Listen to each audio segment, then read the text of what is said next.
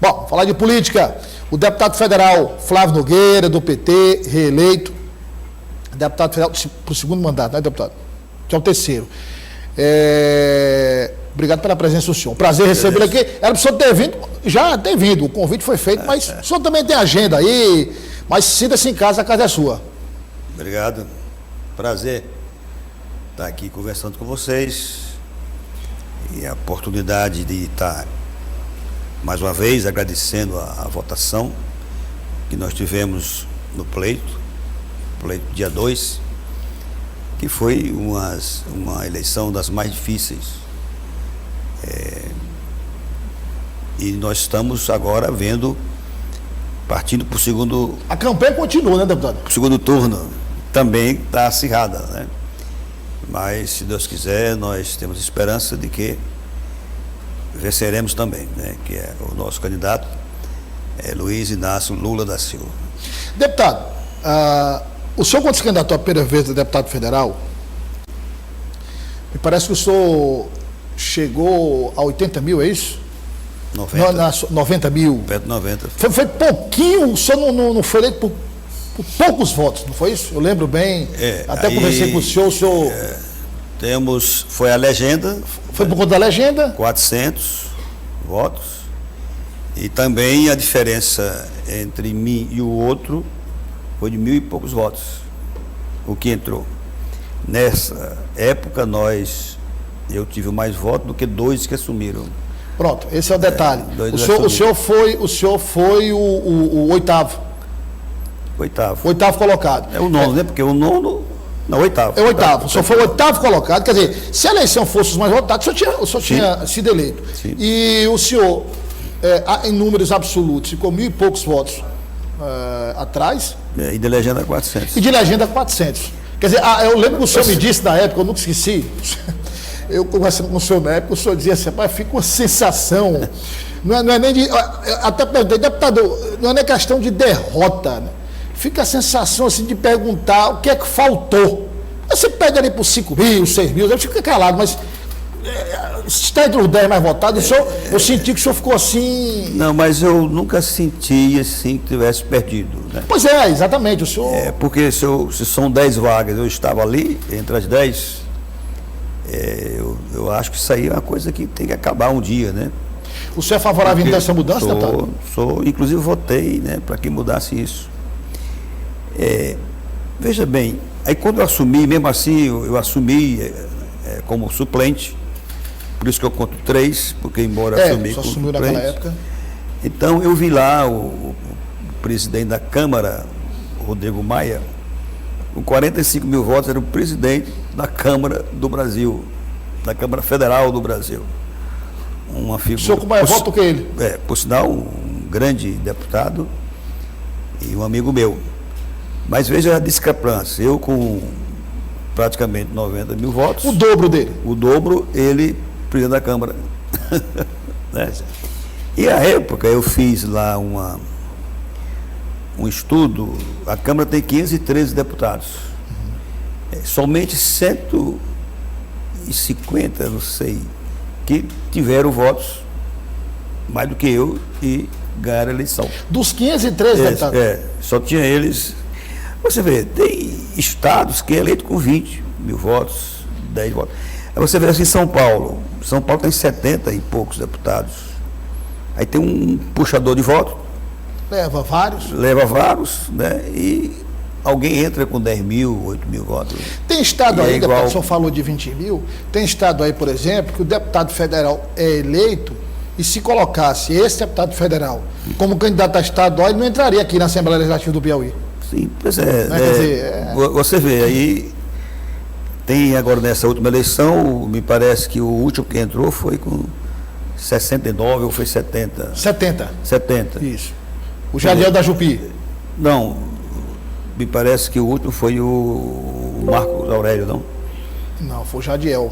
Só confirma aí a produção para a gente ver aí. Não vamos nominar. Mas então, foi por aí, 70 mil. 70 mil para aqui o Maranhão é eleito, para outros estados também é muito voto. É muito voto. Né? É muito voto. Deputado, então, tem essas coisas que é gritante, você não pode estar Vamos supor, o mais votado é a voz do povo, né? É a vontade do povo que você não pode estar deixando de ver isso aí, de analisar como é que um cara, às vezes, muito menos voto do que um candidato que não entra.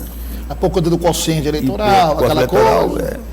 Deputado, falando disso, o senhor defende que tipo de reforma? O senhor defende os mais votados, voto distrital? O que é que o senhor defende? O que é que o senhor acha que seria mais adequado? Eu acho mais adequado é o mais votado. Não é assim para presidente? Seguir a regra para todos. Tem até o segundo turno, porque os dois não chegaram a uma votação que o povo... 50% mais 50% mais um. Então, eu sei que as argumentações são muitas, contrárias. Como, por exemplo, a minoria também tem que ter vez. Quer dizer, a minoria é aquele cara que votou, teve menos votos. Mas aí a maioria também não tem. A maioria tem que perder um pouco dessa... Aliás, tem que perder para a minoria. Então, eu sei que é um tema palpitante, né, para discussão. E aí também prevalece o espírito partidário, né? E me parece que isso é muito positivo, essas cláusulas, entre aspas, de barreira que existe. Não tem sentido o Brasil ter 30 e tantos partidos, agora absurdo, vai diminuir muito, e ficar somente os partidos que representam mesmo a sociedade. Eu acho que 2 partidos é muito pouco, né? Como era o bipartidarismo na época da ditadura, MDB e Arena, mas o máximo 5 partidos. É o que muitos têm falado, no máximo 5 é partidos. Um número... Até porque para a própria governabilidade, né, de um presidente que ganhe aí a presidência da República, ou mesmo o governo do Estado, mas ser mais presente lá em cima em Brasília, porque aí junto um bocado de partidos pequenos, com 10, 15, né? E aí vai também querer participar desse governo. E para que haja governabilidade, isso é real, você tem que ter os deputados votando com ele. Senão, se for sempre votando contra, né, não tem como ele governar. Foi o caso da Dilma, da presidente Dilma, que ela teve dificuldade de governar e recebeu o impeachment. Presidente, deputado, essa questão do semipresidencialismo, quer dizer, seria ali trocando em miúdos aqui, estilo Inglaterra, né? Quer dizer, primeiro-ministro, está sendo discutida agora essa recomendação. Você acha que isso funciona no Brasil? É difícil? Isso é o tal de jeitinho brasileiro. Na Inglaterra é o parlamentarismo. Ou vamos fazer o parlamentarismo ou o presidencialismo. Se sempre o presidencialismo na Inglaterra é a monarquia, né? Então, o que eu acho lá é um país que respeita mesmo as leis lá, né? Você vê, a monarquia é uma coisa anacrônica, coisa da Idade Média e muito para trás. Mas lá ainda persiste. E o povo obedece. E não há conflito, né, deputado? O parlamento e monarquia. Mas, na verdade, o rei é o chefe de Estado. Isso. E o primeiro-ministro, que é eleito pelos pares lá da Câmara dos Comuns, é o chefe de governo. Mas mesmo assim, o que é para tomar posse, formalmente ele vai lá e é convidado pelo rei para ele que seja... Para tomar posse. Para tomar posse e dizer, eu aceito você como primeiro-ministro. Isso dentro da maior normalidade possível, né? Então, eu acho que esse semipresidencialismo é coisa de partidos que têm maioria querendo lá o pedaço dele maior do governo, né? Que logo se queremos mudar o sistema de governo, que vá logo para o parlamentarismo. Parlamentarismo, só que o povo não quer. Já houve, se não me engano, 3 plebiscitos no Brasil, folgadamente o presidencialismo ganhando. Ou se falar em parlamentarismo, deputado, com 30 e poucos partidos é complicado. Eu ia falar. Então, o que nós temos é acabar com esses partidos o máximo possível. Ficar no máximo 5 partidos que aí sim vamos ter o presidencialismo, não o tal de presidencialismo de coesão também, tem essa também ainda, né? Formar a governabilidade. Aí, quer dizer, nos 5 partidos você tem um presidencialismo que realmente funciona, que pode funcionar, que realmente tem mais... Um Congresso tem que ter oposição, não pode deixar de ter. Então, isso só pode ser essa oposição se nós tivermos um número de partido razoável. Nem pode ser o bipartidarismo, mas também 3, 4, até 5 partidos. Que aí você tem, aqui não cabe mais você como governo, aí só cabe aí da oposição. Aí você vai ter que ir para a oposição, entendeu? E outro jogo fica mais claro. Fica claro, aí você expõe a sua ideologia com mais transparência, né? As suas ideias, não tem como você fugir. Aliás, deputado, fica mais fácil até para o povo cobrar, né? Sim, até o partido fica com mais poder também, o partido. Mais poder do que, é verdade. Hoje em dia, qualquer sujeito é presidente de um partido, nacionalmente. Sem nenhuma... O senhor está falando 30 e poucos aí, mas é uma fila de partido para registro. Por isso que eu estou falando que eu não gosto de... Quer dizer, são muitos partidos, né? E tem ainda regras que podem entrar, né? Então, acabar com isso. Graças a Deus, o povo está fazendo isso nas eleições. Me parece que agora 18 vão ficar sem o fundo partidário. Sem fundo partidário e fundo eleitoral, eles não funcionam, né? Não tem como funcionar. Os que não atingiram prazo de barreira, elegeram só alguns, estão tendo que fundir. E assim vai enxugando até... Então, daqui a pouco, eu acho que no próximo pleito, nós já vamos reduzir mais ainda. Deputado, vamos partir aqui para o segundo turno. O senhor foi eleito pela coligação do governador eleito Rafael Fonteles. O senhor, Flávio Nogueira Júnior, foi reeleito deputado estadual. Aliás, foram 22 deputados estaduais da base governista, 8 da oposição, 7 progressistas, 1 do republicanos. Dos 10 deputados federais, foram 8 da base governista e 2 eleitos pela oposição. Então foi uma vitória do Piauí muito... Não, mas aí você falou 2 federais. 2 do PP, né? Do progressistas, da oposição, né? Você falou. Da oposição. Eu entendi republicano. Não, 8 da situação e 2 da oposição. Sim. Né?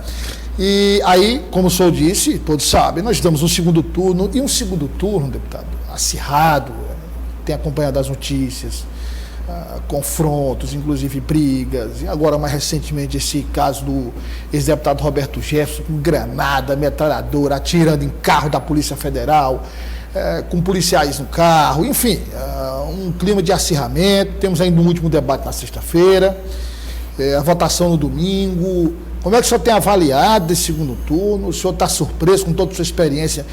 Eu estava dizendo aqui ontem o seguinte: a gente está em ano de Copa do Mundo. Muita gente não lembra, mas a gente está em ano de Copa do Mundo. Então, a Copa está para começar, não falta muito tempo para a Copa começar. Ninguém fala em Copa do Mundo.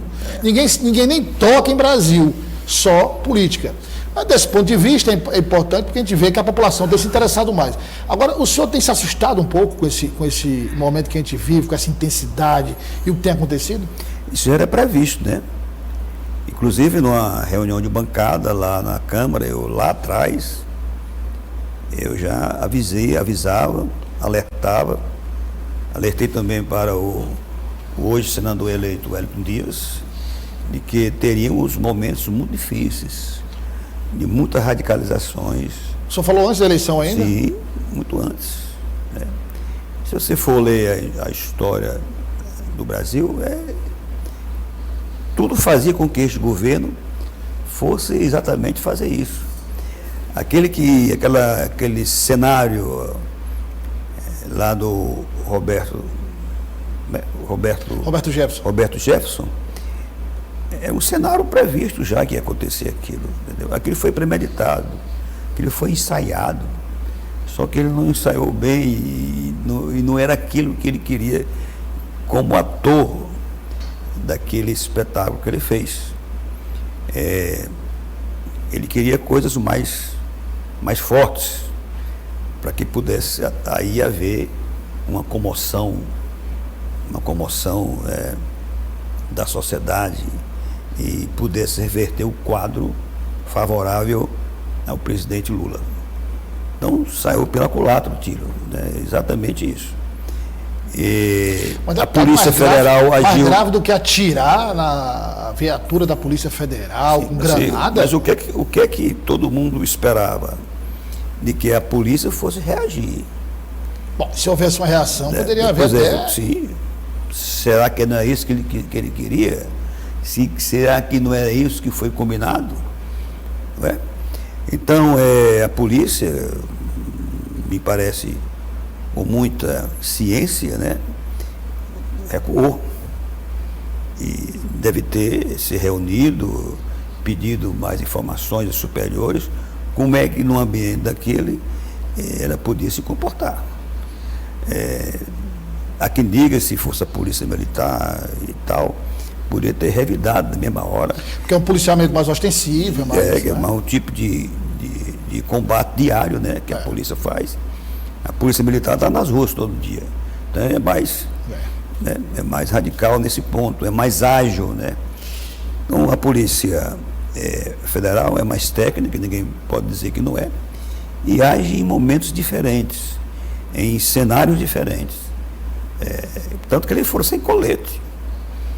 Eles foram assim, de peito aberto, né, da ordem de prisão, que um cara que presumivelmente não poderia ter armas em casa, porque ele estava preso, embora preso domiciliar, um preso domiciliar, mas estava preso. Então, pela lei, ele não podia ter nenhuma arma, e quanto mais granada. Por isso que eles foram só cumprir legalmente, embora censurado, muitos delegados da Polícia Federal censuraram que aquilo não era o protocolo de você receber uma ordem de prisão e daquele jeito, de peito aberto, e falar lá de cima, embaixo, em cima de uma sacada, você está preso, e ele responder com bala. E depois ali, já que houve esse problema, era cercar. Eu estou falando como que eu vi de especialistas, né? Cercar ali aquela residência do ex-deputado e não deixar ninguém entrar nem sair. Havia aquele... Até que houvesse a rendição, né? Havia aquele suposto padre, né? Entrou como se fosse assim uma pessoa muito especial, pegou a arma, entregou para a polícia. Quer dizer, aquilo não existe. Quer dizer, aquilo estava todo premeditado, aquilo estava pensado, aquilo foi estudado. Não deu, foi certo. Nós poderíamos hoje estar vivendo outro clima neste país. Outro clima de muita agitação, um clima perigoso, com presença de outras armas, né? E aí não sei o que poderíamos estar nesse instante vivendo no país. Deputado, nós temos uma situação, o senhor, que das duas, ontem o professor Ricardo Arraes levantou muito bem aqui, duas dessas situações serão mudadas. Uma das duas situações serão mudadas. Historicamente, se a gente analisar da redemocratização para cá, todo presidente que se candidatou à reeleição foi eleito. Todos que se candidataram. Fernando Henrique, Lula, Dilma, todos foram reeleitos. E todos os candidatos que foram para o segundo turno, em primeiro lugar, venceram as eleições. No domingo, uma das duas cai por terra. Não é? Porque se Bolsonaro ganha, o presidente... Não,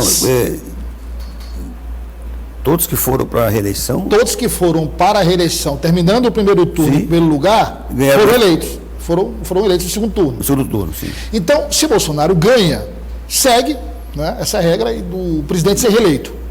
Se Lula ganha, quebra a regra do presidente não ser reeleito e ele mantém a regra do que ganhou o primeiro turno, ganhou o segundo turno. E eu pergunto ao senhor,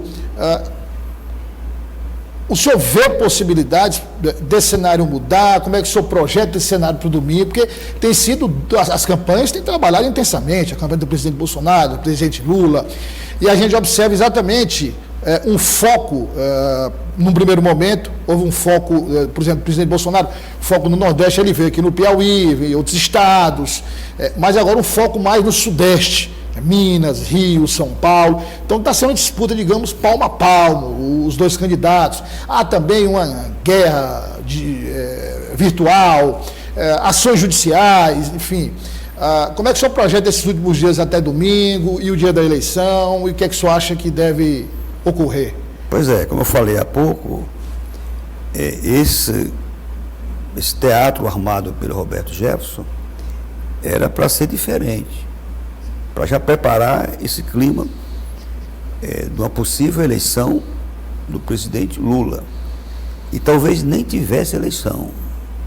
Era isso que eles estavam preparando. O senhor ainda cogita essa possibilidade, quer dizer, se tivesse sido mais trágico no final, sim. talvez na eleição... Na eleição teríamos. Então, provocaria um caos, né? Tanto que tinha gente ali ao entorno, né? Pessoas que estavam lá aplaudindo, né? E não esquecer que o próprio presidente pediu à população para se armar. Então, isso tudo é planejado durante muito tempo.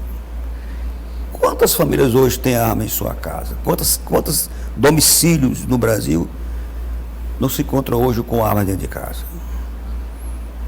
Pela facilidade com que o presidente tornou isso no Brasil uma coisa comum. Você compra uma arma e vai ali, registra, e, inclusive incentivado por ele, a chamada pátria armada. Então, isso era tudo preparado, é só pegar todas as falas do presidente, como também dos seus aliados fervorosos, que isso eles não estão aceitando de maneira alguma. Primeiro a eleição, não queriam, passou o mandato dele todo condenando as urnas eletrônicas que foram dadas a ele a vitória, e esmagadora, grande vitória que ele teve, através, usando a democracia e também as tais das urnas eletrônicas. Aí aquela celêmica toda, atirando contra os ministros do Supremo Tribunal, acusando, quer dizer, querendo anular todas as ações dos ministros do STF. Então, um cenário que estava sendo construído, que ontem, felizmente, não deu certo. Aí vem a pergunta, que nosso tempo está esgotado, já uma pergunta para a gente encerrar, deputado. O senhor vai voltar depois da eleição para a gente avaliar o cenário e o pós-eleição, deputado? Isso, como todo mundo está já preparado, né? Nós já sabemos qual é o desfecho que pode acontecer. Estamos aí, apesar de tudo, todas as instituições funcionando normalmente. Tem o Supremo Tribunal Federal funcionando, temos aí o TSE também funcionando, e eu acredito que não haverá, pode ter tentativa, mas pelo erro do que eles planejavam antes de ontem, domingo, né? Eu acho que vai ser tranquilo. Eu acho que o Lula, se ganhar a eleição, terá, portanto, que assumir sem dificuldades. Haverá, sim, vários processos que são sempre normais pós-operatório, impugnações de candidatura, algum vício eleitoral. Isso aí vai haver, sim. Sempre houve, né? Isso é normal que possa ter lá no pós-eleição. Deputado, muito obrigado pela presença. Importante conversar com o senhor, com sua experiência, e o senhor já esteja convidado, se o senhor tiver um tempo para voltar depois da eleição, e aí é importante a sua volta depois da eleição, porque aí já com o resultado, a gente, e com o que ocorreu no pós-resultado, a gente traçar um cenário para o futuro, aí já na relação do presidente eleito com o parlamento. Nós temos hoje um parlamento que tem uma base, principalmente com essa formação da federação entre União Brasil e Progressistas, é um parlamento bem alinhado ao presidente Bolsonaro, uma boa quantidade de parlamentares, enfim, para a gente fazer essas análises até para um entendimento melhor da população. Foi um prazer recebê-lo aqui, deputado. Ok, muito obrigado, eu que agradeço.